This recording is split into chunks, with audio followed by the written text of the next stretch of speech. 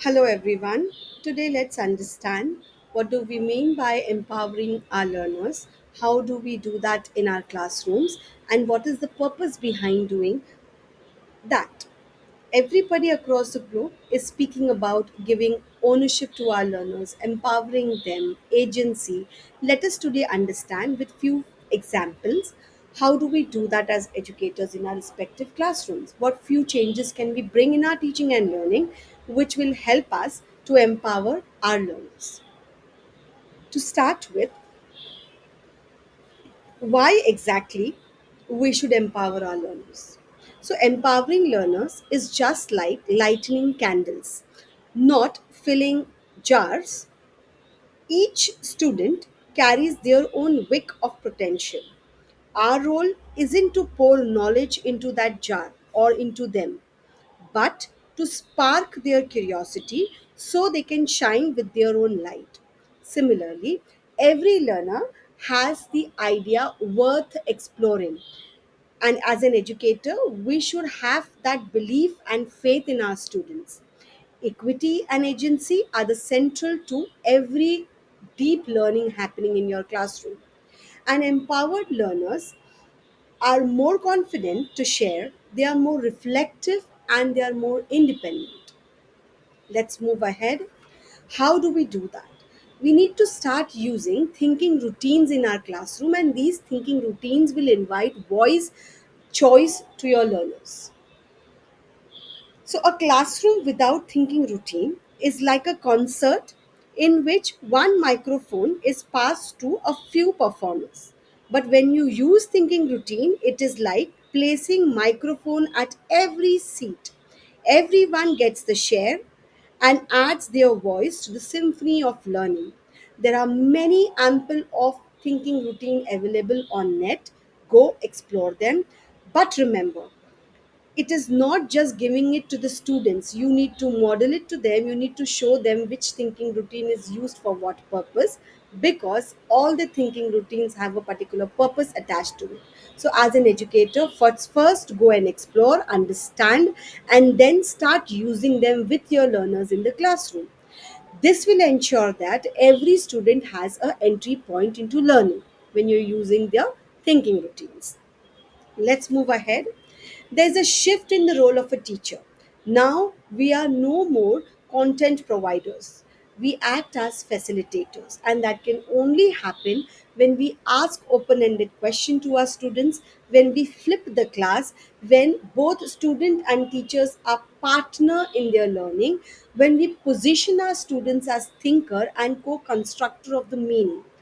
Then only empowerment voice will happen in your class. Making thinking visible through documentation is also a very, very important component of making thinking visible and empowering our students. Now, why is that important? Just like an artist doesn't throw away their sketch but hangs them up to see how their vision evolves. Yeah? Students need a gallery, a space where their ideas are displayed, revisited, reflected upon. So you can use visual journals, you can use learning walls, digital portfolio, your inquiry boards can be utilized, and that will show the evolution of students' thinking. We should also focus on valuing on the process and not the product. Now, why should we do that? Let us understand with an example. In a knitting circle, it is not just about the final sweater. It's about learning the stitches, sharing patterns, fixing mistakes, and celebrating efforts. Each knitter's journey is different, yet every loop counts. Every sweater is important, every pattern is important, every choice of color is important. So, this will provide multiple ways to your students to express their understanding. You need to do that. Focus on how students are thinking and not just what they are producing. Keep a track of the process of students' learning journey. Learnings. Build confidence and creativity in your students if you do that, if you focus on the process, if you give them timely feedback during the process, I am sure the product is going to be wonderful. Foster a culture of thinking. Now, in a garden, seeds need time, care, and the right condition to grow. Some bloom quickly, others take time. A culture of thinking in a classroom is just like a garden. Curiosity is the sunlight, mistakes are the compost, and encouragement is the water. We need to celebrate the curiosity, risk taking, and intellectual courage. Normalize making mistakes and revisions.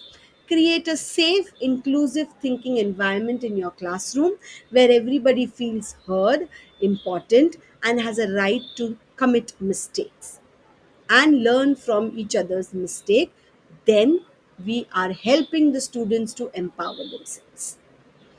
Moving ahead, encourage reflections in your classroom.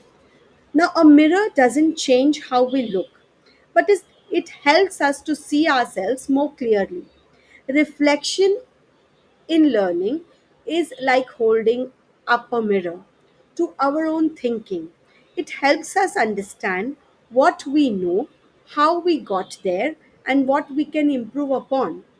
So, routines like reflect, exit tickets, revisit, revise what's behind your mind, what makes you say so, will help the students to take the ownership of their own growth and will help them to reflect on their learning journey and will help them to reflect where their thinking is coming from.